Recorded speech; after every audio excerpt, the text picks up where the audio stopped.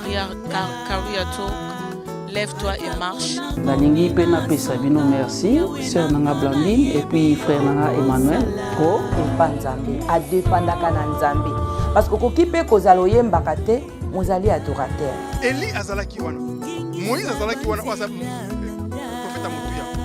Mais Nzambe alobi. Et merci aussi na papa na biso Emmanuel Pro Image azaki na image.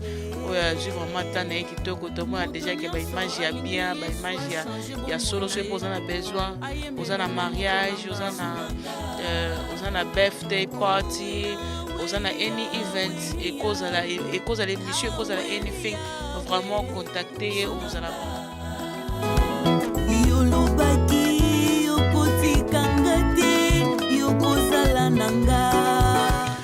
Bonjour chers spectateurs.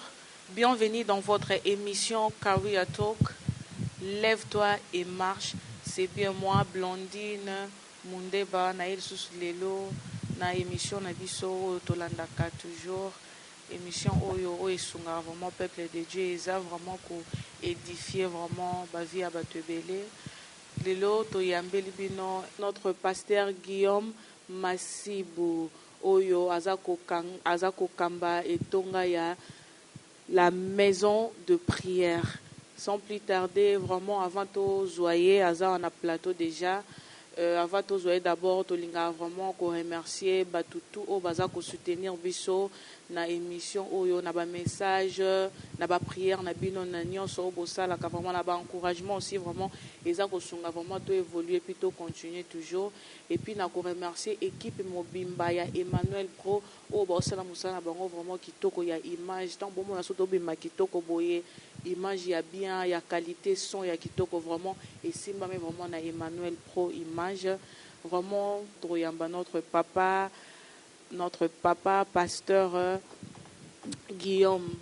Bonjour. Bonjour maman, shalom, shalom. Shalom, papa. Oui, c'est mon mingi d'abord d'abord avant toute chose te remercier d'abord Nzambe au hasard mettre à temps pour circonstances au bon ici la loto ko sangana ko partager pendant ko sunga libota na Nzambe.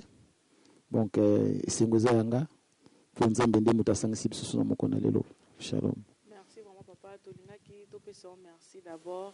Il y a honorer peut-être invitation à biso vraiment ou accepter biso vraiment to ya to joyeux na émission vraiment to za vraiment reconnaissant nango le lenge ka to tikolobake papa la biso aza ko kamba etonga oyo la maison de prière. Tout le monde a appelé ba kombo belé hein ba kombo belé donc on a côté la main de l'Éternel côté boye. Mais il y a côté vraiment la maison révélation. Oui, d'abord merci pour la question. Et là qui d'abord révélation pour notre pesa kombo oyo tant que bandi d'abord nanda qu'on dégeza toujours la prière et Dieu nous a mis il a dit que ma maison ça sera appelée la maison de prière ndengeza na Isaïe 56 verset 7. Alors mais na quatre on appelle maison de prière ezala ka 4 mirte. Maison de prière ezali comment dire nzamba lobi avanda kananda ko tsamna maboko na batute. Donc avanda kananda ko yeno ko atongi onda ko ya atongi ezali ezanga. Parce que notre corps le temple du Saint-Esprit, notre temple dans le Saint-Esprit c'est Dieu. Alors la maison de prière ezaka pinza na 4 millions de tovate mais pour tout place mais ezali malani ngoza maison de prière ngana za maison de prière. Donc parce que ezali place où toujours bonde là parce que sous ville na yo vie de prière, c'est ça la maison de prière. Pour toutes les nations. Donc, Moutsoka y est pas na yo bondeli pour Nzambe na lola yo kai. Donc, on attend tout ça na kabiso bazara c'est la prière parce que Nzambalobi ma maison s'appellera la maison de prière. Des pas musiquité, pas masanoté, pas makamnoté tant to ya que ça pour tout luka face Nzambe. Mais na wisanga wana. Mais révélation les avec d'abord que pour ba vie na biso za une vie de prière. De yango to bengaka yango Nzamba bisa to bengango la maison de prière pour toutes les nations. C'est que prière, tu as une maison de prière, dans le but que pour la vie nabiso. Est-ce que prière vraiment est vraiment important pour la vie à moto? Très important. La prière, ça la vie à moto. Prière d'abord, prière ezali communication. Il y a un Zambie. Même connaissement si il y a un Zambie, azaki moi en Zambie. Mais si tu tani mingi ils sont là passer temps naïe na prière. Alors lui-même na baye ko na bi veiller et prier. Et à chaque moment souka sali makano sofa matana ngumba ke no bonde là. C'était le temps d'intimité avec son Père qui est notre Dieu. Donc la vie de prière eza lokola ezali vraiment très important dans la vie à moi na Nzambe. Comment tu ne pries pas et comment moment ni yo ko solo na Nzambe na yo. Donc nga pona nga prière eza lokola souffle na narine ya mutu. Donc ce que zo peut mater au vivre té. Prière est très important parce que tout, Bible, tout est sanctifié par la prière. Même nos vies doivent être sanctifiées par la prière. Ce n'est pas seulement autosa qu'on lit. Mais tout le monde peut te belé, tout le monde a battu soupe ba kota rapete ba 40 jours, ba 40 bazoko ta pena ba jour et belé na ba prière.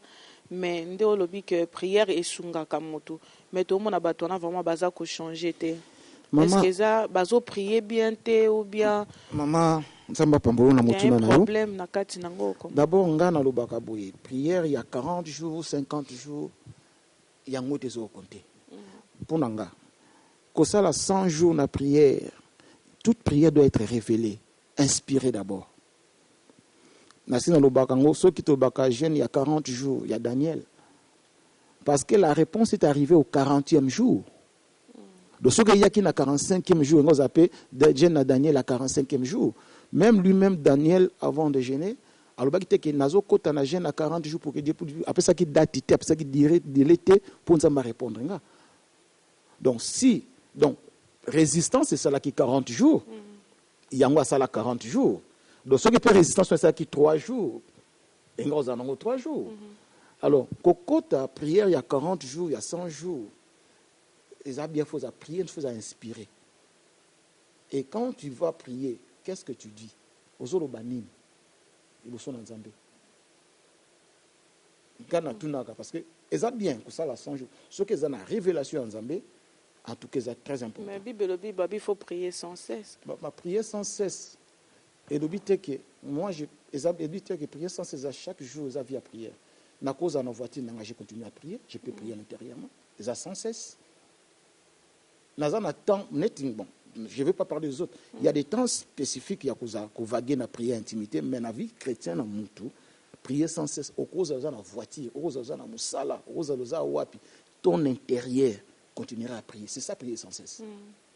Là, vous avez dit que, qu'on a vendu, non, chaque jour, chaque instant, arrive à quoi. Bon, dans la plus, c'est pas le roi, tout ça, qui bat, tout le temps, la religion, c'est autant à commoter, c'est là qu'il bosso. Au moins, on a tambola zana moi loko ni mungu na maboko aza ko réciter. Kaka kati na kata mtima na ye. Po bako kango munoko me esprit na yo. Et cause en a prière. Yango il prier sans cesse. Les avis. La prière c'est une vie, c'est une respiration. Toko na toko so anope tozo so na biso bomé na koko mon appel ka situation mo na za na fana ki mamba na bonde la je commencer à prier à l'instant même. Ça arrive na cause appel na voiture na zo ki nous sala. Saint-Esprit, Saint-Esprit va mettre dans ton cœur, tu commences à prier. Et Nazara vola, Nazo prier. Je continue à prier. Dans mon église, il faut moi me pécala. Je pense, 2010, si je ne me trompe pas. 8 ans, Siko. 8 ans, Siko, waouh. Ils ont belé, hein. L'espérance, c'est na musala ya Nzambe. L'espérance, ils ont positive. Positif d'abord. On est négatif on a positif parce que ce qui compte d'abord avoir Dieu au milieu de nous. Parce que Banato Bandi Église, nous sentons toujours que Dieu est avec nous. Ce qui compte d'abord, c'est Kozala Nzambe. Comme on a le beau qu'on a Nzambe, qu'on sent que Nzamba tiki bino te Nzamba zanabino. Et comme on appelle, il y a des fois, la vie à bateau sous qu'on change dans ma camso, tout le monde à travers ma camso qui est difficile, donc des cas désespérés. Comme ça, il y a une achevé, après ça, les autres, ça que tous en Zambie. Je crois que la Bible, Moïse a dit en Zambie, ce que tu as dit, c'est tout tambolate. Alors, le roi, tu sens que tu as toujours dans Zambie. Et c'est ça qui nous suffit d'abord, c'est ça, la grâce que nous avons appréciée. Négatif, mais ce sont des épreuves. Des épreuves, il y a ministère. Maman, d'abord gloire. Or, dans chaque appel, ils ont un temps, il y a gloire, il y a qu'après. Ils ont un temps, il y a des preuves. Ils ont un temps, il y a des heures. Alors, tant que nous passons, nous passons au CLT, nous passons avec Dieu, parce qu'il a dit qu'il nous abandonnera pas avec nous. Donc, ma camion, nous sommes dans le ministère, ils ont preuve pour coller ça. Nous avons une négativité. Nous avons mais ce que nous avons c'est Dieu qui a permis cela. Pour acquérir moi expérience. Comment on a ban Israël, Babima, en Égypte, Batamola, PPLT. Bakutana na désert, bakutana na mbebele, bakutana na banyoka. Biso pe na kata ministère, okutana makamande ngwana. Wow. Et le Ronin oyo monyo qui ko changer to ebi ke orumeli quand même na ministère wana, orumeli na ministère oyo ya la maison de prière. Et le koni oyo moni vraiment que peut-être ande to vivra kaka na nzela nzambe to lobi ke ba épreuve ezaka belé et puis to sala pe ba mistake ebelé. Et le nini mistake ni oyo koki omona ke osala ki peut-être na ba nemoko o eleki o koki ba o arrangeango.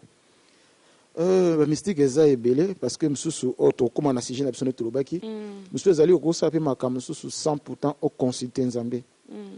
Yo moni ki ça va marcher. Selon yo sans consulter nzambe. Au moins, on a peine à se caler au na linga na beti poto. Or, comme ce qu'on a moment où comme nous sauvons la salle, je dois chercher d'abord la face de Dieu. Et ça, on se peut des fois, autobenga na mkat na message ali, il y a des fois un peu de négligence, bien moi laisser aller à ma kam susu. Moi négligence c'est d'accord. Négligence asuna baneto sala misala ya nzambe na mboko tozali eta ya okina musala ya kusikipe makamsusu mais des fois même moi relax moi que za kama musikima kama nzambe donc nga on a vu na part nanga et surtout mingi zana moi ko sala makamsusu selon yo sans pourtant consulter nzambe pour mamsozo mona yo zo mona ke ekosimba au mona suka na tango ko beta poto au commis dessus et surtout on beta on s'était il y a des fois aussi que ko se plus confiance mingi na batu nakata ministère ezamabe bible dit d'ailleurs maudit quiconque qui se confie à l'homme mais ton appui à l'internet parce qu'il y a des fois biso ça notre ça non ce qu'on appelle c'est ma blandi ndikambo yo simba so na omoni ozopesa batu musuma kamsusu selon yo mais mukolo batu na ba ko let you down au monde ndeto bana nglo yo on senti que parce que il arrive bango vraiment basali bon on peut basali bon mais tant on pesa ki bango tuna kinzambe. Parce que arriva, on avait des gens qui aux appensation, non, peut-être à voyager. Mais est-ce que vraiment makamunyo se foka to tuna nzambe eza lokola nde tolobaka ke na ina somba mo loko na église ou bien na organiser nde to mona ba convention est-ce que nyonso vraiment ka faut tuna po to comme mo na pe spiritualité on pe comme pe too much maman et comme que nyonso ka foka nzambe est-ce que fona tuna non nzambe muto po sala bo fona tuna kanza est-ce que c'est tout vraiment faut tuna ou bien ça na ba spécifique biloko o faut o tuna nzambe na biloko muso pe ko zongo na intelligence ou bien na oyoki na kati na yo ou bien sentiment ko e mathieu que eza malamu est-ce que vraiment nzamba pamolo parce que maman sozo loba tozo kota déjà na makamna soka to ba to sola pozo koti langa déjà na ba réponse na ko peso déjà donc na to comme na thème na biso to lobla ki na thème to sto koti nango déjà au moni il y a faut belo mo na part de l'homme et part de Dieu les choses à Dieu sont à Dieu et à celles de l'homme et à l'homme et na kati na ministère de to zala boye makamso ezali il faut o lukanzambe apesa yo directif OK. Net nga ba convention moi vraiment na ndeto ozali à to sala la convention te pour batunyo so basala la convention ezaka bien nzamba bina bino bosala et boluki to ko ba sur quoi au moins on peut convention exercer un impact moko bo batu bako ya après convention au moins ta atane fiske moko fatikala na iloko ça biso a okene même moi qui abi non na kena pas ma blandi soit ça ni wana il y a quelque chose qui est resté mais baso to mo sala kapo nde baso bamle so ba non église etambola na ba activité au moins bo sala 4 5 activités chaque mois mais en fin de compte ça ko bote pende de l'autre côté vous comprenez mais na on ngo mettre son instrument non na zong parce que Dieu parle d'une façon, d'une façon d'une autre. Dans quelle histoire il y a Néhémie. Wana vato kende kutuwana. Parce que Dieu peut mettre le pensée à quelqu'un comme Néhémie Albaki. Dieu a mis dans mon cœur. Néhémie n'a pas vu la vision, n'a pas voir mon audible, mais Dieu peut mettre une pensée dans le cœur de l'homme. Ou ça a quelque chose. Et parce que nous ça là, où ils allaient lier la volonté en Zambie, la directive en Zambie, ils ont toujours un impact. Na obate que le rôle n'a pas tout à l'heure tout commander ma micro. Ah non, enfin sur ma micro faut être sur dans Zambie. Non, on a le besoin. Il y a en Zambie. Même dans obate nanda kwa vana lia fona tout en Zambie. Non, il y a makamu en Zambie le possible sur responsabilité pour ça. Nous devons le faire. Mais à ce qui concerne de la spiritualité, où est-elle ba âme ya Zambie parce que ba âme est très cher. Que bo yo ça bango lo mususu selon yo. On Zambie ça na kati wana ti. Surtout on a bête concernant même la convention. On a fait combien de conventions dans le corps de Christ? Convention des mamans, convention des papas, convention des jeunes. Et ça bien, nous avons compte mais impact dans la fin. Parce que ce qui compte, il vaut mieux la fin du chose que le commencement. Total, tout ça, la kawana. Impact dans la sur les années. Vous comprenez? Trop spirituel, pesant ma bête. Parce qu'il y a, on a dit tout à l'heure, il y a part, il y a l'homme, il y a part que Dieu. Et l'eau qu'on sonne dans ce moment nous devons être inspirés. C'est poussé par l'esprit que les hommes puissent parler de la part de Dieu. Nous devons être poussés par les saints. Parce que Dieu soit tiqué la biso vraiment un bon guide. C'est le Saint-Esprit. Sans plus tarder, na message na biso tozwaki nango na poko na lelo ya kolobela comment tokoki ko différencier voix ya Nzambe na voix ya na pensée ya moto na ba pensée na biso. Oui, na place wana na ngito ba na biloko mibale. Na biloko mibale na sens d'abord que voix ya Nzambe parce que Bible bi na biso quelque part je crois Nzambe ayokaka. Nzambe amonaka. Donc si Dieu voit, Dieu attend, Dieu parle aussi. OK? Alors, na kata koloba ya Nzambe to na ba biloko mibale. Koloba personnel, Nzambe azo bana personnel, na Nzambe azo lobela collectif. Comme on appelle des fois la prophétie. Vous comprenez? Alors, parce que ezali loko mo photo te ba ko différencier ngo. Na bat o net sozong na kotanga ba kombo ebele na Moïse, Abraham, Nzamba lobela bango ba yoka mongongo na Nzambe. Ma façon Nzamba lobela bango parce que Dieu parle d'une façon d'une autre mais c'est l'homme qui ne fait pas attention. Alors ce qui Nzamba lobela ka Abraham na ba oyisto tangi ba ya ba tokala donc Nzamba ti lolo azakoloba. Mais maintenant c'est l'homme qui ne fait pas attention. Alors, nakoya ko se réponse tanga nini boué. Dieu parle. À qui Dieu parle et qui peut écouter la voix de Dieu. Alors, pour nakoyoka mongongo na Nzambe, pour avoir différencier faut yokati. Alors, pour nakoyoka mongongo na Nzambe, ils ont des critères. Né de nouveau. Quelqu'un qui est né de nouveau. Il faut être né de nouveau. Donc païen muto a né de nouveau. Parce que n'a pas une parce qu'un païen peut écouter la voix de Dieu. Jean dit que je connais mes brebis et mes brebis connaissent ma voix. Ok? Un brebis ayebi mungonga maître naï. Mais un païen akoyo ka mungonga nzambe na ba teki na ngala amona ngala mamu za ndinga. Parce que a toujours la mamu ta ba chrétien. Tu vois au Italie biso ba chrétien. Oui. Un chrétien né de nouveau. Aza né de nouveau. Azo tambola na crainte ya Nzambe. Conduit par l'Esprit de Dieu, en tout cas, parce que Dieu parle dans l'esprit de l'homme, pas dans le pensée de l'homme. Dieu parle, Dieu est esprit, il parle dans le pensée de l'homme, et pardon, dans l'esprit de l'homme. Et cet esprit-là, c'est l'esprit que Dieu a mis dans l'homme. La personne a compris, oui. Oui. Alors, il y a un Bible que c'est poussé par l'esprit. Il va que l'air vient ou les vrais en esprit. Donc il faut être d'abord né de nouveau, marcher avec la crainte de Dieu. Amen. Et passer notre vie tout à l'heure, passer beaucoup de temps dans la prière. avoir l'intimité avec Dieu. Donc et sunga biso pe pona koyoka. Parce que prière zakate no ba yoke lobi. Non. Dans la prière aussi le temps d'écouter Dieu. OK. Donc quand différencier d'abord faut esprit na yo. Na temps trop ba ni nezo la ngai temps Nzamba rejeté Saül. Babi l'esprit de Dieu sorti en lui. Et kendaki. Donc autrement ça na bomoto. Mais surtout dans l'histoire de David tant a péché et l'autre de David a dit ne mérite-t-il pas de ton esprit? Ouais ba que esprit wana yango utinda ye ayoka pe atosa makambo. So wana zo loba que esprit ya Nzambe ndeza ko help biso to yoka nzaka. Parce que Nzamba loba kan esprit na biso. Esprit oya chekati na biso parce que au commencement Dieu créa l'homme et la souffle sur lui après l'esprit continue à na mutu.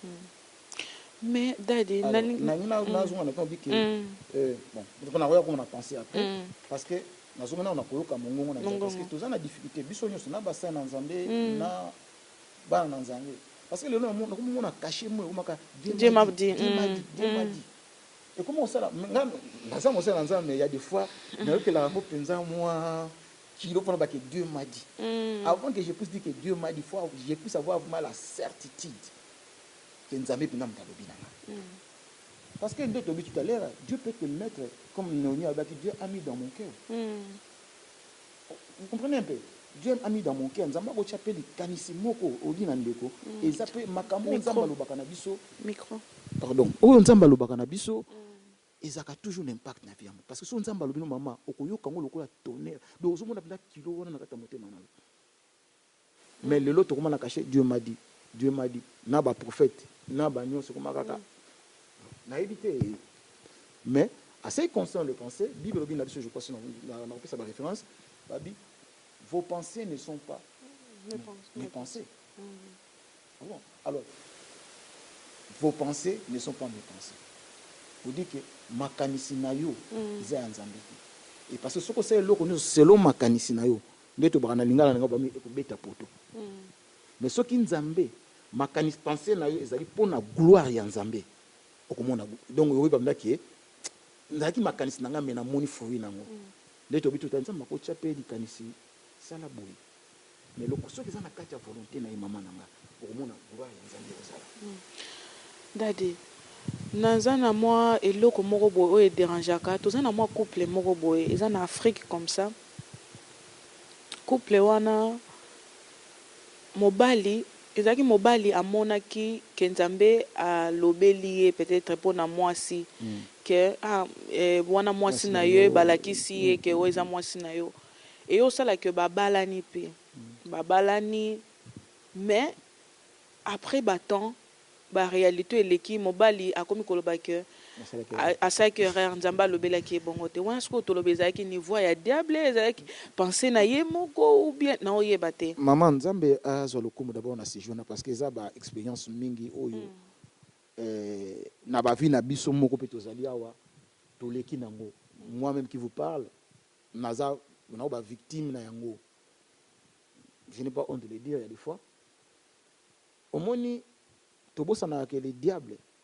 asa aussi l'ange de lumière il peut imiter tout ce que bana Nzamba kosala et na kati surtout là on a bêté sur le ya prophétie ya vision nga personnellement na mona kapenda mutaba na Nzamba lakisinga mwasi Nzamba lakisinga mobali wana selon moto mais nga mona ngo pona Nzamba ko pesa mutu mobali te mwasi te ba nga to bi maman mukete meto to zala kana kati yem po omoni ezo na likambo wana pourquoi tango Nzamba pesi asaleli mobali mwasi moko mwasi asala mwasi mbala abinzambe c'est la femme que tu m'avais donné donc amona Nzambe siko tango balembu mabi non olembu c'est la femme que tu m'avais donné donc so pesa nonga mwasi te ngale nga mbumati dakizaka Nzambe OK la Bible dit que c'est lui qui trouve une femme trouve le bonheur donc yo muto retrouver et c'est lui qui trouve c'est lui qui cherche et mingi to mo ba sentiment na biso et bongo maka vision et bongo maka ndoto ka lobi nango naza pe na bakamso pe ndengo ekomela ndeko azalaki na ya otambola na ye kobanga Nzambe mama mwasi wana zaki mwasi mobala bite Nzambe na la kisinga bon yo na kobala yo moni ba nso ya na Bible et la seule question bien en Afrique y peut oh bon nzambe na sengi soki mobali naza mpona nga alatilamba ble e mobali alatilamba ble yabi aloko na sengi nzambe alatilamba ble seke mpenza wana mpenza mobali na nga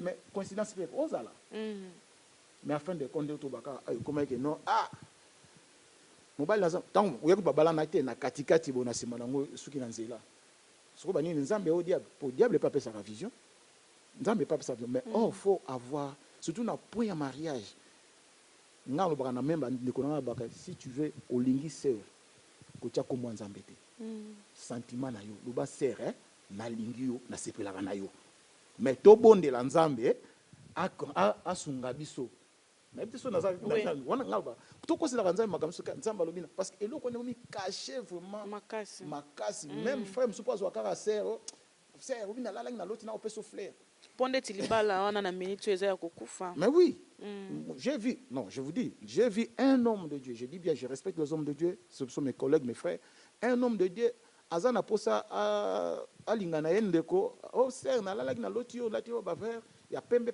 na zo peso flair. Et la sœur va dire quoi? Ah, donc voilà, mon sœur, on dit que mariage est moi. Le diable peut aussi venir de vous donner vision mokobo, mais est-ce que tu as eu le temps? Parce que nous devons demander souvent l'esprit de discernement. C'est ça qui nous manque, le temps de discernement. Parce que nous devons différencier. Est-ce que vision oisa nzambe? Dans un témoignage, un autre témoignage, il y a Moussa Nzambe Moko, abandonné au bon de Nobi, abondé, Nzamba Pesanga miracle, na ministère Nangana Moussa miracle. À côté, bah jeune Milaï. À comme la dernière jour, il y a jeune Naé. À l'autre, tout le monde a dit Pembe Azo, il y a Opesa Neti livre. Et l'esprit m'a dit que nous avons abondé la Nzambe. Bazo pesa nga miracle et tant avons moqué BTB kozwate et tant le pasteur en question là non sera Rolanda Biso parce que comme ça Rolanda Biso aye maman Roloba je ne peux pas citer le nom et hier abima na kanda comment se fait-il que nga na bonde lina zo vivre na moni mutati pepe sanga miracle apesa nga neti bible bon on a comme c'est que diable mutabotoli bénédiction nga c'est que diable abotoli na boka nzambe mais seulement na koluka longanza nzamba mais ce qui tu avais pris ça ce n'était pas moi. Ce n'était pas moi. Alors, nous devons vraiment demander donc discernement. Et surtout, dans le domaine, il y a le mariage. Parce que moi, à l'époque, avant la bala, dans l'église en France, et il y a une sœur qui a pas dans la vie, qui nous a dit que dans la vie. En France. Ah bon, kenga pe mape tozaki na biso na moi ko banga mwanza mongi bandaki na mukuzala ngo nzanga bon pa boto bonde na nzambe tout ça. On se parlait. Mais mukolo mususu atuninga est-ce que yoza na mukanda ngabi atengani na za mboka na mukanda te libali sila. Ye moko mutabaki nzamba la kisi aboyinga parce que na mukanda te. Abi abon to bala na kabo za no ngati to bala ndenge nini. Je sais que beaucoup de gens vont regarder cette émission na bien poto yebango. Mais yom to elinga nzamba bi ngam bala vina. Mais tango kina za na mukanda te dibala yango yango te so oyo ile ko likambo wana kinzamba la songo mbando ezaki sentiment na ye penser na ye et aujourd'hui je suis en Londres marié avec une femme avec des enfants alors ceux qui dibala wana ya France ezalaka yanga unzamba la senga bonde na rozo mosi musuna na obala wa faut dire que ezaki nango ya nzambe te donc il faut chercher faut luka yo moko il faut chercher tezo sunga vraiment faut chercher tezo sunga po omoni biloko ngo tovandi pe na vie chrétienne na pe belé moko o koto alobi koto yo pasteur alobi boye mais koyoka vraiment que nengo lobi que il faut d'abord chercher ba mo bali faut aluka non c'est très important parce que babi c'est à l'homme de formuler des projets et c'est à Dieu de les accomplir et babi confie-toi à l'Éternel nazu mobali nanga to moi si na sepeli na ye ngabi ah bon to ke na on boso nzambe to tika on boso nzambe to bonde na nzambe asunga biso so que ça projet ya malam parce que ça pour na gloire ya nzambe je crois nzambe asunga biso. Parce que eloko nanga baksa mo mke pona pesa ni na yo eloko so mabiso mo mke maman nanga nous avons beaucoup de gens tout à l'heure l'intercession na biso wa tozana bandeko belé autos baza de 20 ans 5 ans na ba église tout ça mais beaucoup de bana nzambe bazo tikala ka ba bébé spirituel ti lelo mais ça les mabongo trop comment se fait-il au sali 5 ans 6 ans 10 ans dans l'église nandoto na yo moko lotaka tu n'arrives pas à discerner, il faut bien que moi explique ndoto. Mais problème est que ça manque à prière ou ça manque à kotanga le lobanzambe. Non, c'est ça j'avais dit tout à l'heure parce que ça manque il y a prière et manque il y a kotanga makomi surtout dans l'intimité dans Zambie. Nous devons avoir l'intimité avec Dieu. Nous devons avoir l'expérience avec Dieu. Un chrétien doit avoir l'expérience avec Dieu. Mais on a pas busy. Tala mboka ya Londres et misala ezali mona moto musala après musala mso à quelle classe mso azongi aza déjà fatigué. Non, maman, nous tous nous travaillons. Makambo ya Nzambe, Bible nous devons mutko asalite aliati. Mais na kati ya vie chrétienne na yo, cherchez d'abord mon royaume et le reste après. OK? Nga soki na yebi na problème na nga, on a besoin de Nzambe à répondre nga. Je dois avoir un temps. Il y a comment ils ont un temps. Tant dans la prière, tant dans la prière. Moi-même à la maison chez moi, si ils attendent dans la prière, moi c'est dans la prière, ils allaient dans la ensemble, les ensemble. Na revoir na teba na tongo na kenda comme ça ti bon na zone fatigue. Oui bi que na fatigue on diable azo sepela. Et diable ayebe on se yango au moins na musoso a rosala 2 heures de temps azo surf na Facebook, 2 heures de temps, 3 heures de temps vendre na côté na YouTube, à côté na Yinda. Mais j'ai pas influence ma casse. Ce sont notre que je place de belé. Mutako sala 2 heures de temps na Yinda. Na botanga on a ça on va publicité. Oh ya lobi bo azong si boy. Na mi connaît tous en mamoza na ngo. Na na lobi candidat bo lobi boy. Mais ce comme ka era au prière. Or ce qu'on a vraiment chrétien. Il faut créer un temps. Oh yo na Nzambe beaucoup solo là. Il y a lobi yo lobi. Un chrétien a passé un temps et belé. La prière, n'habite na quoi ça 1 heure du temps. Maman, tu peux faire 30 minutes, 40 minutes dans la prière. Au lobby l'essentiel, au lieu que l'essentiel, que ça dit 3 heures de lobby l'autre. Mais est-ce que nous avons fait le baka audible? Non. La Bible nous dit que parce que nous avons moko a tourné une question moko à lobby. Nzamba bengaye, basala nzamba balobela ye. Mais azomi tungisa zo ebate. Musala ngo bandango comment? Aoluka Nzambe vraiment alobela e penza pe ye moko donc ayoka penza ba instruction moni ba tande to mona kana Bible Moïse ndenge ni Nzamba bengaki abimisi moto tout parce que ya zo luka expérimenter ngo ma expérimenter to e bateza tenter ou bien ça. Non maman ndeko wana foye bagelo ko moko ngana sunga ndeko moko personnel Nzamba bengaka ye azaki pe na question wana ono to oza Nzamba maman assez conscient le ministère. Na pesa na ministère de mission parce que quand on a besoin de ba mission on a bané comme on entend ba bina Abraham sort na keni na mboka bo tout ça boy bazwa ki yango mais Dieu parle d'une façon ou d'une autre nzamba ba non audible ba non na babi vision ezali prophétie ezali nazongele ndeko wana ndeko batu bazwa na ndako basambela ayibi kazaki na pela nzamba abite na nzamba Bible dit que aller partout prêcher la bonne nouvelle. C'est ça déjà la parole de Dieu, aller partout prêcher. Donc vision ni nozo luka lisusu. Aller partout, prêcher la bonne nouvelle, faire des disciples. Mais je dois aller faire des disciples. Qu'est-ce que l'on est dans la vie? Nga nazo bano awa nga nezana maman moko na biso azaka prophétesse nga munga mama Nzambe tant to koti yango banda bano na 84 ezaki un pas dedans un pas nga lenga nga bali nga buzile nga mzaki nga fona za jour un jour na beta na bali pas mais basala Nzambe bano bananga yo Nzambe lobi na yo osalela ye nazo mona mpeka na osalela na likamni na osalela na likamni nga vision na ngeza ki bien na zanga joueur makamanga belé. Et Dieu a utilisé un enfant comme ça pour me dire yo Nzamba benga kayo maintenant comprendre be batu balobela nga makambo mbala mbala na bitu bano tout à l'heure nga na ba itiki nga na kosimba mikolo na te ya batu mais comme j'ai déjà nazaki na appel wana katinanga makamso yaka yango moko na force te baba ni par la force yoba yo chapa les restes au mona kanza ma osalango to bitu ba awa Naemi aluka voate et batumi babata manda nazo zela Nzamba lobelanga okozela mama na opiso exemple na ngana piso exemple nga moko parce que to ba Nzamba lobelanga tant Nzamba lobelanga batu nazaka en allemand à un moment donné j'ai prié et il y avait une sœur il y a na mukili boye une sœur azaka congolaise à Brazza donc tozaka na ye moi qui moi sans validité mais tout ça bien tout ça et Dieu a utilisé quelqu'un un païen Amélie Masanga Alangwe ayep na senga bi frère aba na kwiti frère omoni yo biso tala kayo na balosambo noa mais ndongo zolanda mwana mwaso okokweya soko kwei na ndo sambela soute païen na kwiti et j'ai compris directement que Dieu a utilisé quelqu'un pour venir m'avertir que linzelo na rolanda na kokweya nazelaki te molimo santu nazelaki ni tabi non bakebisinga po nzamba kotinda so punda lobaki nzamba kotinda mutu nyoso ata mama ndongo zabo nzamba kotinda bi papa tala boy mais tant on va na bi bon na makambo ndeko lobi nanga gloire nzambe za na kati tu ezati so babina oba sana nzamba bino ko za mosala nzambe na kondima na za mosala nzambe. Et ce que je dois demander à Dieu, Alexandra, donne-ni nazanango et dans quel domaine nous avons eu là.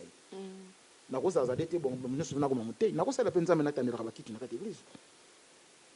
Nous avons fait la peine de nous mettre dans balabala. Nous avons fait la peine de nous mettre dans l'église. Mais on est à don aux ambassades pour mais don mutu na mutu ndia zali azana don moko particulier aux ambassades. Nous avons fait santam na tema liboso.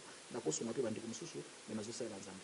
Na kosa na nzambe pe na mbongo nanga ko soutenir peut-être over nzambe nzamba na zape mosala nzambe ndeka to loba que na thème na biso nde to loba que ko différencier les lopé tozo mona na ba église mingi au mona que ndeka tozo na mo partie ya bato baza ba prophète de to loba au mona prophète peut-être une église comme ça ou bien une église abandi ko prophétiser abandi na mutu aliboso aketi na 30e o msu 40e siko nzamba ngo vraiment alobaka bongo alobeli oyo toyeba lisute o mo pe makamba ngo pa oloba ya moko ezala vraiment kilo vraiment te biloko mibale na lingaka ndeko mo asunga pasteur mo asunga so ngape na zalaka na minute mabana so bi ne rejetez pas les prophéties mais examinez.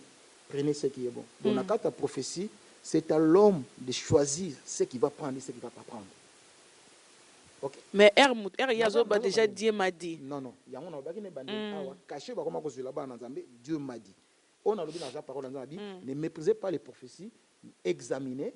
Prenez ce qui est bon. Rejetez ce qui est mauvais. Ok? Donc, quand il y a prophétie, c'est à l'homme qui va prophétiser pour nous.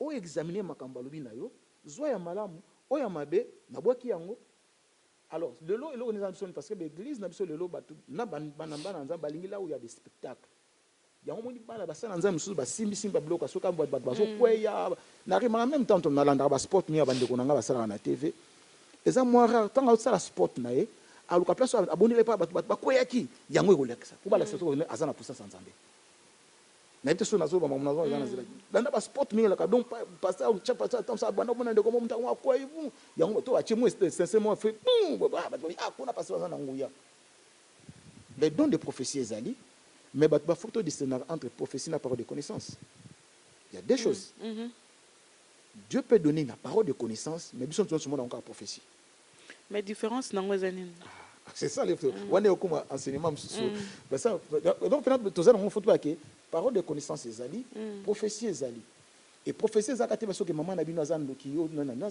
parce que yango bato balingi siko na famille na bino ezana bandoki yango bato balingi oh prophétie c'est au prédire pour les prophétie que maman nzamba hôtel sanga na venir na yo okobonga je prophétise pour ta vie na kaleza ki bongo et tozaki na ba Afrique wana pendeza ki babilo kwa bongo ba so biloko moko ko ya mais lelo komi na mutako banoke nanda kuna bino olataka robe mucho c'est bien faire robe faut kalibumu passer c'est normal muto faut kalibumu passer non alors dans ces paroles de connaissance peut être là Dieu peut donner la connaissance d'une situation afin que nous puissions prier abi maman kobimate nzamba otesanga peut-être que soko bimi likambo oya mais tant nzamba lobi non c'est pour prier que tant mon mutana na likambo ko mate mais soko eloko mano ba prophétie ba sala na lo ba torturer ba na nzambe ba chi esprit de peur na ba na nzambe pour comme kanga ba nazaki na ndeko moko mama moko za na Afrique na na osunga ye moi na ngabe ngisa ye aya abi pasteur abi na bi mate poso na bimi nzela na ngeza mabe na okomate na bi mais oh pourquoi? Parce que maman azalaki donatrice de l'église. Pasteur voit que ceux qui maman a longueur, mbongo ya souté. Alors, tant moi la bi bon maman pana kuna na wana temko so pasteur bi so na ko bima nzele zo polele. Oh. Kaka ye moko nzamba ba no bima te nzele za mabe so nzele nzamba changer. Non. Prenons les choses au sérieux. Quand Dieu révèle quelque chose, maman, toujours c'est quand même. N'habitez pas titre, on peut comme dans la théologie, quand Dieu révèle quelque chose, le mal dans un pays, pour que Dieu nous prépare dans la prophétie. Quand la prophète soka prophétie, mais le famille et toutes les prophéties doivent être inspirées dans la conformité de la parole en Zambie. Et dans Nzambe mingi ba peso prophétie autant prophétie wana na parole en Nzambe zate. Même quand Dieu te parle, makambo Nzambe azoba na fomo na esprit na concordance na parole en Nzambe. La vraie prophétie par excellence, c'est la parole de Dieu. Et dans Nzambe balingo tanga sulu Nzambe te. Mutakomo so pasteur Sambela ponanga et toi-même qu'est-ce que tu vas faire? Yo kasi pasteur soit à 1000 membres. Ama Sambela pona bino nyoso. Et bien nous surtout toi baké toi bako senga discernement toi discernement esprit nous a réunis dans l'église. Toute prophétie ne vient pas de Dieu. Les autres ont battu maintenant tête ça ba maboko na balabala bakoma ba prophète lelo. Mais batupé bakimi vraiment na ba église wana makasi bazana na kati ba église wana makasi. Mais non parce que mutalingi ba bise makamozo sepelisa ye. Pesa ndeko na prophétie que yozala ka mwasi wa deuxième bureau ya mututel tika. Lobi ya so église té. Nga kuna leka na événement moko wana vraiment on a kenda convention moko pe comme ça. Prophète wana ye a sambeli na ye a te na pas sidisi na ye a prophétiser bato va prophétiser mais comme ce que pasteur et église wana ba moni va prophétiser les bato nyo sauter pasteur église wana ebisi abi ah papa faut prophétiser faut au comité côté kuna au comité au moins que next day nango pasteur siko ye prophète wana ye pa abi alelo nzamba lo belo te minute o mona ki avandi na ye minute so atelemi abandi ko prophétiser siko ba acte wana nzamba ngo kaka ye moka lobi na minute wana telemi na minute wana Bible peut na so que na dernier jour batumi ba wana kombo nanga. Et quelque part, Bible dit que malheur à vous, prophètes, qui vous protègent, que je ne vous ai pas dit de prophétiser. Surtout le Coran. La Bible, le Bible, nous avons jugé sévèrement. Mais bandimi peut pas avoir pression. Le problème, c'est quoi? Il n'a même pas le temps de lire sa parole. Nasina kenana ndako moko. Zambali misa ndeko no sola ndanga. Ndeko azo kende ayi église. Atuna mwana Bible nanga eza wapi? Donc yemo kutazo limana ndako ayibi pa Bible na yezati. Donc aroyaka na Bible, ayi na Bible comme décoration, ayi na mo mona Bible. Soit outi na église dimanche azong si on pas ezalaka, musuku na poussière. Vous comprenez? Il n'a pas le temps de sonder les Écritures, de lire. Bible Josué dit que c'est le livre de la loi qui est bon méditant jour et nuit. Yango le ba faible, o ba tanga la Bible te ba ko ba non n'importe quoi. Comment se fait-il yo za marié? Pour ça ba no ke yaka na ko sukola yo, ok ba sukoli yo. Mais le ba na pasteur yaka sukola na église. Non, ils ont profité parce que bassin na bana nzamba bazo tanga Bible te, bazo tanga makomi te. Ils ont pas le temps de prier. Azara na Londres, azana prophète mona ki sasa tine la kembongo assemble pour na ye. Surtout biloko na sala mama. Oyebi yete. To sana o mundu msaza azaka no bino na église, mazaka pe na prophète na ye mongo na ki sasa benga ka yibisa ke makambo. C'est comme si bango ba mona peut-être miracle et ça le matin na ba église ou comment? Vous croyez les miracles c'est quoi? Pour total même aussi na temps Jésus aussi na mboka na yemoko c'est comme si bandima qui est pété. Le problème les miracles papa na miracle c'est d'abord faut bien miracle c'est le roni. Miracle c'est le comment to nanga pas unexpected. Et mutu akosala miracle kitoko ezaka nzambe. Et miracle mingi sala makana foi ya mutu. When you believe, si tu crois tu verras la gloire. Et bamso azana ki ya li miracle mais azo croire neti. Na zo ndeko moko denema ya ki na sunga ya zana situation moko boye. On va avoir le temps de prier ensemble pour nous attendre. Ndeko azo mona ezo umela. Abi ngape famille na nga ba ke ba tamboli pour na tamakambo. Siko ba toso sa une église. Famille no ba ke tambola. Siko qui va faire? Ba to ba ngene ko tambola to biso tozo bondela. Et dans ce cas, nga so binanga ndengo na mama na tiki nanga osambela kende ko tambola. Tu viens on est la situation que tout le monde la pose dans la situation exact il y a mariage il y a ça première mois c'est abi ngape famille na nga ba koti pe ba ko tambola pasteur ba ngape fa tambola ba luka mais siko to ça ni mama nanga. Au moins que mutazo croire te alingi dans ali litiko tak le lolobi yango moni pe basal mususu soit disant pour respect basimbi simba biloko po alingi litiko tak po nga pasteur nyos bolimbisa nga penza nga pasteur ba pa na nga c'est litiko tak na okote doute. C'est Dieu seul. Na ko pesa exemple belé paralytique azaka na porte. Ya Bethesda. Na porte à la belle. Dans l'époque de Jésus il était là. À l'époque de Jésus il était là. Mais il fallait attendre maintenant porte bayaki. Nous avons rien à te donner, lève-toi. C'était mais à l'époque de Jésus il était déjà là. C'est Dieu qui fait. Nga na sala ka miracle, il le faisait le miracle c'est Dieu. Moi mon problème est que toi partageons tout à l'heure nga za lokola munazo cha graine nanga mutape sa vie nzambe. Moi je peux prier pour toi na banoke mama soye pa na bonde pa na kobika. Donc nga muna kosala. To mona musuba ko kuti pe prier bo bonde pe ndo ko pa lobi nga kufi. Pour ce mutaza na dernier clé à dire c'est Dieu lui-même. Et mutu asala ka miracle c'est Dieu lui-même.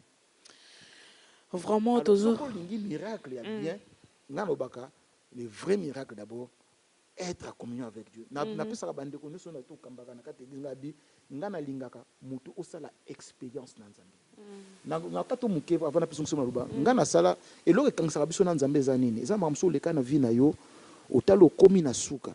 Obi nzambe la kisango za nzambe. Nous les autres comme tu veux partager boye ce que zaki nzambe tetam so tundo monde to mona na te. Mais lui quand ça dit que non na koma ki na place moko j'étais vraiment na moi pela que suka et suki ba intervention sur ça ni rien. Na bi nzambe je te mets à l'épreuve. Da kisanga ko za nzambe nanga. Et na mona tant. Ah ce que ko sanga non, ce ko funa kama na nzambe oyo. Nzamba mama nzamba za réel nzamba sa na bateau. So li nzamba sa nzamba usala. Je respecte les hommes de Dieu. Nous sommes là comme des motivateurs pour motiver ba âme ya nzambe ko enseigner peuple nzambe mais to la kisabana na nzambe ni nzambe. Par rapport au lakisabango bino. To la kisate ngai, to la kisabango nzambe. Nzamba za nani? Ndenge ni nzamba na zana ba ndeko mingi. Quand on a la prière, il y a chaque vendredi. Veillez la Bible il y a chaque vendredi. Et on était en train d'enseigner le peuple de Dieu Maramsusu. Dans un serviteur de Dieu que je respecte aussi papa mais yo c'est que son ministère na bandi baluko sundengeni. Non, moi je préfère te montrer Makamsu parce qu'il y a prière et prière maman. Un jour tu as grâce de partager sur la prière parce qu'il y a prière et prière. So bon mon kolo so abondé like babi ke mutoki comme kiti na pas makila donc il y avait l'angoisse. Parce que na ka ya kobonde la ça le kisi ka ya libumu pasi comprimé mais libumu pasi on te remettre sur comme pasi et il y a ba kam subona ke esengi sacrifice ya bien jeune ou bien eloko moko parce que bike degré li kamunanga oyo na kolukela ngo nzambe na ndenge bo. Alors nous devons enseigner ce peuple de Dieu kolakisa bango nzambe nga za la contre na bateau na bi le diable existe. So tu ni bandeko to kambaka na sabango na minisa diable était mais le diable n'est pas puissant que notre Dieu. Amen. Alors na kocha mutu que esprit de nini donc esprit de Marie resté. Je te montre voici l'homme de Galilée. On a au bagaza inchangeable mais il peut changer toutes les situations. Alors ce que mutaza na Yesu Masia na vie na ye ayebi nzambe bandimi balingo sala expérience na nzambe te. Maintenant on appelle ça fast food. Maintenant on appelle ça bino pe fo bongisa ba enseignement ezozala lisute lele bokomi ko banga na moi ba pasteur bébé bakomi ko banga ko pesa enseignement pour bazo sentir peut-être ce ba pesa enseignement mon dimanche ka ju connaissance ebele à longo église à sali pe église. Ne wana za papa mabe. Ndenge nazo butu to butu bana biso funa nga mwana ngakola moi ngalo ba omba je serai fier un jour. Na jeune na bani de mana ba ki to bana nouvelle génération bana na oza fier un jour. Ça arrivera nga ya des fois na préfère na bina bon moi on a vendu batu so bateya. Et na za fier nango. Nengo zap na lelo papa mapaza lia jeunesse moi lelo akoli alors ça tala mwana na nga yeyo. Eza na fierté wana. Mais yo pe moi nozo bi mambango zela tango nzambo ke. Pour so ke pe mbango o sala lelo te. Mais nous ne sommes pas obligés parce que na kanga batu nyoso na moni ke ndeko akoli na ka église na kanga ye. Non, soki na moni tango ne koki. Mais s'il faut aller, il faut aller. Babi la moisson est grand. Si on a kangi kaka batu nyoso pa nanga. Bon ba ndeko so obika ndeni. Non, nous devons préparer une génération. Moni un bon leader. Un bon leader de bananga, ça monter à préparer génération future. Un bon leader. Que après moi demain Il y a continuité. Jésus était un bon leader. Il est parti, les apôtres sont venus. Les apôtres sont partis, ils étaient de bons leaders. C'est comme la génération d'Abisso. Bon, les mal années, c'est ça. Donc, on ne voulait pas en former. Et d'abord, Bisso Bassal Nzambe, toujours formé. Et deuxièmement, tout le monde a la formé. Ah, il y a un ça y est, il y a un problème, il y a Bisso Batu. Non, il y a Bisso Batu. Il y a problème, il y a Bisso Batu. Il y a Bisso Bandime. C'est Bandime, il y a un problème, il y a enseignement. Bandimi, moi, Mouké, Bandimi, Nabiso Bassal Nzambe. Dans mon abonnement, Bandimi, parce que Bandimi, Bandimi, Baling, fat food. Alinga, le moment, Balambi, le bâtiment, le micro, la plupart, il y a bateau, bateau en église. Ils viennent à l'église parce qu'ils ont des problèmes. D'abord, il ne vient pas chercher Dieu, il vient chercher la solution de leurs problèmes. Maman, et bon, moi, je suis à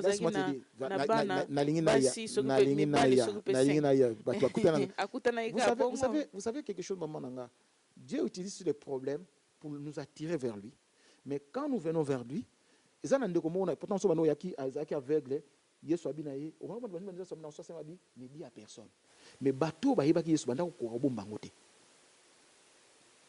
et tout le temps, kawana abonde lipo na babenga na kaye abonde po na mutakoti ya nobi abi mais mutongo yo na hotel na porte akoti na kati poni abi ngai na yebi même ata otobi ya le jeune que yeso abonde po na abi que ngai na yebi na botama aveugle mais maintenant je vois dans batuna tata na tata abi tala ngana za na po anaba po bengana sa abi ngai botuna mwana ye wana mwana bien c'est que moi je sais j'étais aveugle mais maintenant je vois. Il y a une église pour avoir problème. Mais le problème, on est pas en Zambie. Et quand non pour que nous on avait des gens ici à l'église qui avaient des problèmes. Il y a l'immigration, la situation est belle. Quand on a prié, la situation était décantée. Au moins, on a avancé dans l'église. Papa, busy, mais tant qu'on a il venait à l'église. Mais voilà le problème. Non, Nzamba est misère. Nzamba non selon Nzamba est miséricordieux. D'ailleurs, ceux qui Nzamba ont ça la souté, Nzamba ont ça Nzamba pour Nzamba ça la toujours. Mais biso est toujours infidèle. Moi, je vous dis la vérité. Moi, c'est que je remarque Batum parce qu'on a une expérience dans un endroit. Dans mon Batuming, il y a Nzamba, Zamouké. Au moins, maman limbisa ngalonso maman somo natanga za otate aye papa mikolo soka zuizeni papa zeno ba problème soka boti maman opose ça 6 mois on mona zuna zuna vaccin te oka papa ah mwana no pena foti na mwana no tungisanga donc tango aboti awi mwana nanga mais tango zaki na zemi tu vas obondela mais moi les situations vont nous approcher encore de Dieu dans on a une solution na kanga na bingi nzambo funa kanga akosala kutuku plus koleka. Donc on va tout à battre ming ba nzela nzambe nzela ba problème ani na problème ya kutena nzambe biso nyoso so kutu na nzela nzambe comme ina maman en Afrique au nombre de monde qui blocage partout babité mais quand on tombe dans nzambo je me rappelle c'était vers nous 82 na comment il fallait ça là examen nous 84 parce que na convenu na 84 ezaki ba na salle examen était biso na katani na on comme ma pote zo simbate baté yanga bitala tika makambo yo kende osambela et quand je suis venu na nzambe manzele fungama so na petit témoignage na ndenge na poto donc tant se retrouver na titongo na mona ki nzambo aza réel et tilelo malgré ba chite za poto na ki ba baso koya malgré ba chite za lime na yebiki na kotika sunzelo te pour ngalo bakato senga lo yeso azala ki mundeli za ntu munda nini c'est trop tard na kozonga susi bate donde na sina ndimela ye wana azala ki le mutu mundi wa trop tard pour makambo ngana mona na nzambo yo mwena zongeza te naloba même ata ngabi ata ba nyonso l'église ba kei si ça ina tika na te ya bakiti na hotel ya Yesu bakiti parce que na yebi pa ni nazwanga na yebi pa lo kutanga mais na pas na pas zo memanga te mais na pas zwanga na yebi donc biso ba famille sans référence mais le vani penza mo ba ko peso mo valeur mo ko boy donc nzambo aza fin. Vraiment nzambe aza fin nega pasteur oti koloba nzambe vraiment aza fin asala ya minene biso tout ozana ba témoignage ya ebele vraiment dadi toza vraiment na esengo tozana bato bazolanda bato mingi pe baza fatigué kande to oti koloba balobelaki eloko moko osalema bato mosusu bayebisaki eke okobala na temps oyo ekomi na temps wana abali na ye te akomomona ne kaka makambo yango nzambe ekomi nango kaka ndeti mama parce que mutu wana zana nasunga ndeko wana oyo nasunga na ndeko wana naotoka tout à l'heure awa ke ne méprisez pas les prophéties, examinez, prenez ce qui est bon. Mais dans le mutu nyonso prophète ou prophétesse liboso ya vie na yo za yomoko. Je na onka c'était no monter ndeko na ona ba po pasteur wana yebi ayaka na église mondongo lobi atema no sa prophétie. Ba c'est kingandi nzamba la singo osala. Sœur wana azwa audace na quatre église ba attention mona ba so mona ka impoli. Na quatre église a telema pour prophète abi na yeke nzamba lo sango osala accident abi pasteur na ko sala accident te au nom de Jésus. Na quatre église. Mais est-ce que ça m'a bien? Les hommes avaient pour la politesse, mais a refusé yango. Abi pasteur, attends abi ngana ko sala accidenté na komo na Yesu Masia. Accident wana na zwaki yango bisika bikaoki. Aboyi. Parce que maman, omonta bino okobala na dem mutu ayebi temps ya Nzambe. Mutu ayebi temps ya mutu na vie ya Nzambe na likolo. Nous tous on a des prophètes, la promesse ya Nzambe o batu balobe na biso, Nzamba ko sala no boye, Nzamba ko moni solo boye. Tozaloka babakuk tovandi tozozela même si ça tarde ça va s'accomplir pas peut-être certainement il faut avoir la confiance en Dieu cause on a confiance dans mutu te maloba mutele kaka mais on nza parce na baki parole ndie kozo lokalibala luka Nzambe achao na mokili ayebi mobali na opasali tala ndeko moko ozwa région Hollande ba PC région monde bazu région ayo kota na Londres ande région na zo po ya obala yo na Londres na ben ngana tamboli na bandi na France Allemagne Belgique na kota na zo le kamboko zaiki na zo kene Canada na mutu nanga tala na sukela to yebi ba déportation ba kango ba bwaka yo to yebi makambo wana mais tala lelo to yena mboko to sina ba no seneto o bula kite parce que dans la classe que Nzambe yemoko ayebi pa ni makome uchama ayebi lo mama ndongo za bénédiction na et c'est comment David a bien avant un jour de ma vie existe l'internet il a déjà écrit dans le livre au monde ndongo za boy eza azar to kutana papa na ngimanu bana na yo Nzamba sa yebaki na temps convenable en Nzambe to ba en anglais God time is the best time. Dobana ndeko na lembate. Nzambe na le panier circule encore. Na lobalelo ko na tango bano kabola mapa na tango panier za na côté kuna muta koto ba ko sile la ka kunati. Ba moni pe komi pa na eleki yepe. So tango komi pa na yo pom za kuta ba e komi pa na ye na moni diminer mais komi pe pa na ye. Pa ya Nzambe sila raté. Ta Nzambe sila raté. O Nzamba loba na bino mama. Na bango ata bandoki ya monde entier basangani. Volontaire destin Nzambe na vie na va changer en côté. Amen. C'est le temps na baki toye bande ko za intimité na Nzambe. Ko luka Nzambe na makambo parce que la solution est dans la parole de Dieu. La solution c'est Jésus-Christ lui-même. Amen. Gloire à Dieu, gloire à Dieu. C'est que la maison de prière est située wapi? La maison de prière est Tozana Safnowood na Saf à London. Na Safnowood donc ils ont na SE 25 4TG donc SE 25 4TG. Tosanganaka chaque dimanche de 12h30 à 14h30. Donc on a l'intercession de Bokto Ibsoa samedi donc de 16h à 17h30 pour le moment l'activité de Zanango Yangwana. Donc Moutounion so azalaka more than welcome. Et tous on a besoin vraiment ya koyamba bana Nzambe et to bonde la mingi surtout biso za mingi basé c'est la prière. To bonde la même pour na ba corps de Christ pour la situation nyoso Nzamba sa songolu de nabi ça fait 8 ans on est là na place oyo na makasi na bisouté na ngolu na Nzambe. Donc voilà donc ende na lobi tous kangamana liloba. Amen. Et total à Yesu aza bien. Yesu aza bien car ande papa otoloba. Bino bato boza décourager, bato bomona que prière ezate o luka mo ba prière ozana ba situation solution kande papa otoyisa biso awa ezali kaka na prière pe na maloba Nzambe. Donc dès qu'apesi adresse wana soza na place au prier te peut-être oye barate côté ni na au prier azane ka na Saf Norwood eza musika te peut-être oye bité mais zwa adresse oyo na osenga pe na moto papa na biso Emmanuel azali na écran kokomela biso adresse wana zwa ngo tiango na papier na ba time wana nyonso yaka join church vraiment kovanda na ndako te bato ebele bakoma okufa kaka boye na ba stress na ba dépression vraiment yaka na ndako ya Nzambe okozwa maloba ya bien tala maloba oyo tobima vraiment mama na bakisana eloko olobi wana parce etouche nga na suka omoni makambo tozoleka na communauté na biso actuellement bamort subite ngai esalaka nga mpasi tantoma na biso basanta oyebaki Dieu a donné Dieu a repris. Donc non, Dieu a donné, Dieu a repris. Mais ce total na kati na makomi. Nga wananga na condamner Nzambe te na condamner ba tout mais oui toza na part na biso peut-être négligence na makambo susu mais na tika na bana lo na bi Dieu a donné, Dieu a repris mais comment Dieu peut donner et reprendre mutu sur mutu ba bina biso ke na makomi hein 70 ans 80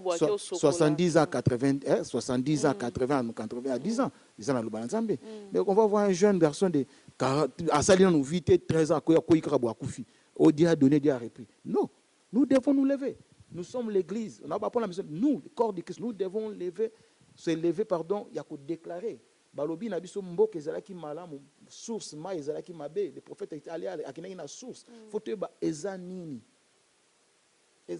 Et pour terminer, il y a des fois, tout le monde a des émissions sur la télévision, il y a des fois, tout le temps, émissions, il y a psychologue, après ça concerne combien de mariages sont des gens qui sont divorcés. Tu peux imaginer un couple qui est une église, couple, une église, comment divorcé. Mais non, où est le Dieu d'amour? Il y a un albikaka, tozonga na makomi. Tout enseigner ban Nzambe, ni ba Nzambe peut temps de prière. Passer beaucoup de temps dans la prière et tout le monde makambo mingi ko changer. Makambo mingi ko changer na makasi na biso te. Bible dit ce n'est pas par la force ni par la puissance mais par mon esprit dit l'Éternel. Faisons notre donc le Saint-Esprit azala, tous en relation avec le Saint-Esprit. Parce que dans ensemble là, tant que ça la prière devient prière inspirée. Parce que chaque prière, parce que chaque prière doit être liée à la parole en Zambie, à la promesse en Zambie. Wow. Là, vraiment, prière inspirée. Donc, ça, on va prière inspirée. La situation dans la Bible, tout à l'heure, on vient de participer, tout ça, l'intention, même intention sur ça, on toujours dans le proverbe. C'est le proverbe 25-18, va dire que pourquoi ma souffrance est-elle continuelle? Donc, nous prions. Dis la parole. Pourquoi ma souffrance est-elle continuelle? Pour la ligne makambo ils continuent. Parce qu'on zambe. Point d'interrogation. Alors prière nous faut allier basé la promesse. Parce que na oza nzambe yo moko yebi ba voilà prière nzambe yebi passe na zomona. Nzamba yebi. Siko bilobelo bindi. La situation na yo. C'est vraiment très important. Il y a prier. Prier avec la parole de Dieu. Nde biloko ebele bato babongisi hein. Wana pena yango tubongisi. Yamona muta oyo église bo arumeli yamona ka kuna obike kubanda na ya kuna eloko ezo salema te na ke côté mususu mona ke côté azongi suku na eloko mo tenzo kande à comprendre que il faut à prier selon la parole mais faut ayer ba pengo kande utaki oloba basa na nzambe faut enseigner bana et ko motiver ba bana nzambe atanga mingi bana nzambe na susi na ngeza kami suna bande kunanga basi otozoma na internet pasteur abizé na mutu boye pasteur zonsi boye bon baza batu mais mutu aza na connaissance sa parole ben peut va passer on peut me baza on a quand ensemble été ça n'importe quoi parce que baza devant ba faible âme to yebi bible so ke balu revêtir ba lati pour so lu baza bankoyi ba ya kolia ba brebis na kata partirage bon to bita toloté mais nzamba koza akobeta film ko ezali vraiment c'est très important ngakle na ngezali toujours bible prière na Bible et Nzambe akusunga mingi surtout na ndolo bakto bandaki kana so ya koyoka mongongo na Nzambe Bible lobi c'est poussé par l'esprit que les hommes on est d'abord OK sans le Saint-Esprit nous ne pouvons rien donc va verser wana donc faut tout ça l'intimité na Saint-Esprit surtout parce que Jésus a tout côté Jésus a ça qui mission nabi il est assis à la droite du Père mais je vous enverrai le Saint-Esprit. Donc, dans le moment où on a la dispensation à Saint-Esprit. Parce que même dans nos prières, il y a des fois, il y a sous la commission, nous oublions le Saint-Esprit. On a peut-être parce qu'il est avantageux que je m'en aille afin que le consolateur, le Saint-Esprit vienne. Quand le Saint-Esprit viendra, il vous parlera, non. Vous comprenez? Donc, étape pour éthique, c'est comme étape, il y a Saint-Esprit. Mais il y a des fois, nous avons, tous ça comme ça, Yesu, oui, à Zamouan, Nzambe, tous ça, et comment maman bébé papa, comment dans le sang dit, nazo senga Yesu nazo senga yo, Yesu va to senga yete, abaki demander au Père en mon nom. Et on a tout ça, va prier, nous demandons au Père au nom de Jésus. Abi toujours vous demandez au Père en mon nom. Mais tant que Yesu nazo senga yo osali sanga o. Yesu ya osali abi kende osenga pa na tata. Ata bingana papa to sa moko. C'est quoi osenga ngondeni ede biso. Na lobi boy. Alobi demander au Père en mon nom. Donc c'est lui qui donc vous allez voir que na banque na compte nanga. C'est quoi encore prier ngondeni? Non, nous demandons au Père au nom de Jésus. Tout est requête na yo senga pa na tata. Nzambe tata azali. Na ye ko senga na donc na ye na komo na Yesu Masia. Pe na lisungi ya Molimo Santo. Mais il y a des fois, nous on a vu que prière inspirée. Donc, la prière, il faut avoir exactitude. Parce que nous avons belé la prière, mais toujours dans l'autre côté. La prière, il y a 30 minutes, et ça strong, efficace, que nous avons 2 heures, il y a prière, mais dans l'autre côté. Vraiment, vraiment cochité, vraiment toroizwali soudadi, toroizwali penda ba question ezebele, o ba question ndela mito esi la raté ça vraiment tellement belé. Vraiment welcome. Donc toroizwali sou vraiment dadi, toroizwali pour non, ezana ba tous à l'éclairer hein, tous à la vraiment éclairer. Maman nous devons vraiment enseigner le peuple de Dieu, surtout dans Italie. Parce que nous passons des moments un peu difficiles, surtout dans le ministère. Et le monde est dans un peu bela. Parce que les AP, Moussala Moko, il y a facilité. Moutako sauté. Moussala Nzambe, ils ont ngouli pendant ngobati. Moutalo Bako, Moussala Nzambe, c'est facile. Ah non, à Kosi. Ils n'ont pas de capacité pour tout ça, l'ongo na Yesu. Mais ce qu'on a écoute dans Nzambe, aux autres temps, on ne nous laissera jamais seul avec nous. Et qu'on a hésité, mais qu'on a moins que dosé, qu'on a moins que na nin. Mais nous devons vraiment, on a nos qui tout petit canal nous spectacle. Talanga ba diable, nous l'avons dit tout à l'heure, na ignora kaité, azan est plus forte que mon Dieu. Bible dit que résister au diable, il fouillera droit au paratambam. Et ce qu'on a l'église de l'eau, ouais, une minute. OK. Donc voilà, tous ceux qui vont aller au bois. Avant aussi, il s'est vraiment te remercier vraiment pasteur. Oh, to yamba qui vraiment les lots andimé invitation à biso. Dernièrement, na yo cause de la émission. Dernièrement, on a d'abord on a remercié maman nanga Blandine, papa nanga Emani, na musala bozo sala. Vraiment Nzambe apambola ekende encore plus encore. Amen. Et tokobonde la mingi que œuvre benza ekende Musika pour le peuple de Dieu ont vraiment besoin de ça. Sans vous mentir, dans une invitation à la télévision, na lingaraté. Donc ça c'est vraiment même il y a maintenant nazana invitation belé invitation même na lingaraté. Na lingarama ko la vie pour nanité mais il y a binomoni eza na salle on vient na motema nanga. Et c'est ma première fois na kundima peut-être que c'est la première fois na lingaraté ba invitanga mo na lingaraté. Ngas pour faire d'être vraiment héros dans l'ombre. Mais na moi qui zal tomba na nzamba zala donc bonanga sous les avis que tout kangama na nzambe. Amen. Parole de Dieu, il y a la clé. Bénédiction c'est toujours le cas. Ils ont lié la parole et dans la prière et dans l'amour. Merci. Surtout. Merci à vous tous au Bolandi Bisso, vraiment beau continuer toujours au Kolanda Bisso, beau subscribe, beau like, vraiment na Blondine and Prince Ministry, vraiment beau subscribe, beau like, vraiment beau joie émission, il y a bien. Babilo kwa sikezo ko ya eza ko continuer vraiment to continuer l'émission. Merci. Bye bye. Merci. Sur Carrière Talk, lève-toi et marche. Nalingi pe na pesa bino merci, sœur nanga Blandine et puis frère nanga Emmanuel pro et pas Nzambe, a dépendaka na Nzambe. Parce que koki pe kozalo yembaka te, mozali adorateur. Eli azalaki wana. Moïse azalaki wana oza prophète Motuya. Mais Nzamba lobi. Et merci aussi na papa na biso Emmanuel pro image azaki na image. Oya vraiment tana kitoko.